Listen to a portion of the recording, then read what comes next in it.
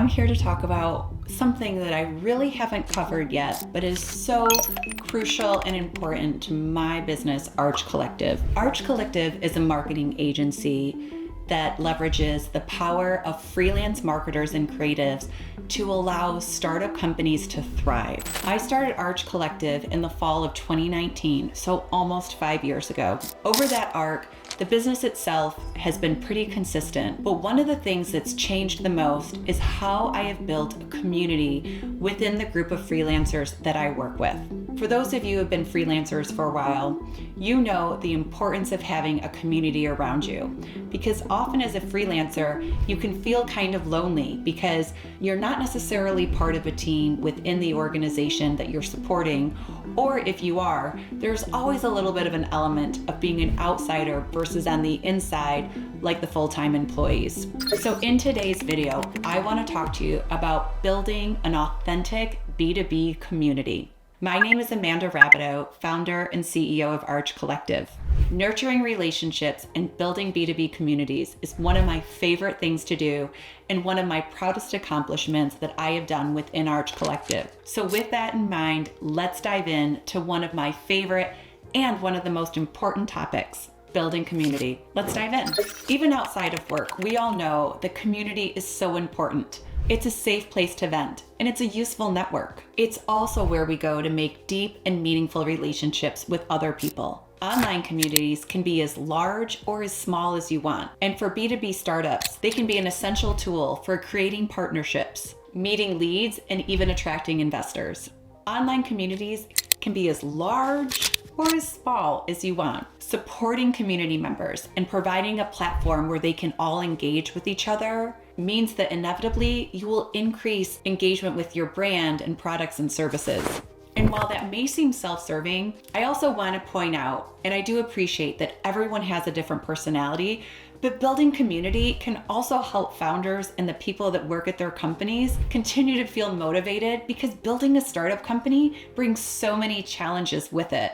And so when you have an awesome community around you, it makes a huge difference in helping you through those tough days and times that are inevitable in the startup space. There's lots of ways to build community. You can build online communities or digital communities, or you can build them in person.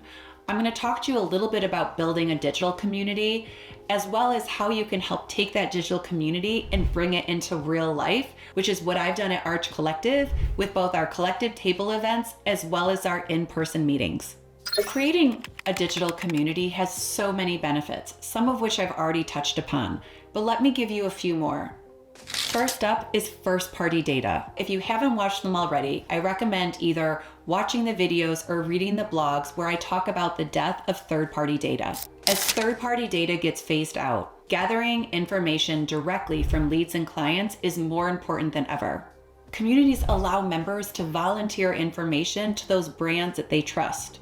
However, note that you still need to get consent from those people to use those insights in marketing efforts. You don't want to breach the trust that you've spent so much time building. Another benefit is deeper engagement. Interacting and directly communicating with your community members can transform your business from a faceless tech brand to one that truly understands the challenges that your clients are facing. That is a powerful transformation. Your community can also offer support. Whether you run an app or a platform, inevitably questions are going to arise. Encourage peer-to-peer assistance within your community and be ready to jump in and gently handle any misinformation that can and likely will get out there, even if it's not intended. This is a great way to be known as a trustworthy and supportive brand. And the best news is there are so many tools out there that allow you and enable you to create these powerful digital communities. Facebook offers groups that are accessible and free and allow you to allocate various moderators. Messaging networks like Slack allow you to invite people from outside of your organization to create communities beyond your immediate teams. Salesforce offers online communities, as does Wix.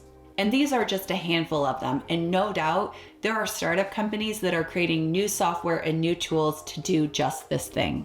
At Arch Collective, we often use Slack to create our internal digital community. One of our favorite channels is the Gratitude and Kudos channel, which was started about a year ago. This provides an opportunity for anyone who's in the channel to share positive news only, whether it's calling out something awesome that a colleague did, or sharing great results from a campaign, or just telling someone that you like the earrings they're wearing that day on the Zoom call. It doesn't matter, but the intention is that it's a way to be positive, share upbeat, positive information, and continue to build the community that we are at Arch Collective. If you're still not sure if this is right for your business, let me offer up a few awesome examples of communities that have been created. Sometimes it's better to copy the wheel than recreate it from scratch, right? Data management platform DBT created a Slack community with over 25,000 members. The CEO, Tristan Handy, also a fellow Tar Heel and classmate of mine,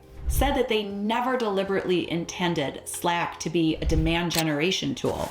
However, this community-focused channel has created organic growth that increases 10% month over month. And now I want to share a little bit more about the online community that's turned into an offline community with my Collective Table events sponsored by Arch Collective. The Collective Table is Arch Collective's community of investors, founders, executives, and people who are in the startup ecosystem. It's a perfect example of how B2B communities don't have to be solely online.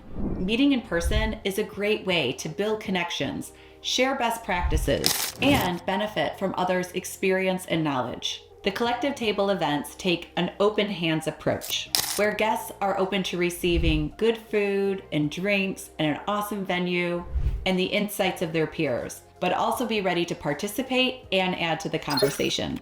So now if I've got you interested in creating your own B2B community, what do you do? What are the next steps? How do you build a strong B2B community? Let me leave you with a few next steps so that you can create a community that's stable, engaging, and adds value to the members. That's probably the first step. Realizing that this community isn't just a marketing tool. Rather, it's a place for like-minded professionals to come together and share their thoughts, challenges, and solutions. Think about all the pain points that your tech offering is solving and why you even wanted to address that in the first place. Go back to that founding story and the why behind your business. Look into industry news in your niche. Follow thought leaders in your market and save links to interesting content that piques your curiosity. Use these insights to create talking points or thoughtful posts that will get people engaged and talking with each other. Ask good questions and respond. Listen to what they're saying and respond accordingly. If you host industry events or present at a workshop or do a fireside chat, be sure to make these hybrid events, meaning that people can participate both digitally as well as in person. And be sure to record these. You can then share little snippets of the conversation on your different channels to allow people to start engaging, hear what you say, and create those meaningful discussions, even if they weren't there in person. Engaging with your community allows opportunities to create connections and build beneficial relationships. Plus, you might be surprised at how these interactions organically grow your brand. If you're interested in learning more about building your brand and building communities, book a 15-minute introductory call. As I said at the beginning, I love building communities. I'm so proud of what I built at Arch Collective, and I'd love to help your startup do the same. And as always, if you enjoy this type of content, be sure to subscribe to our channel and leave a like, and I'll see you in the next video.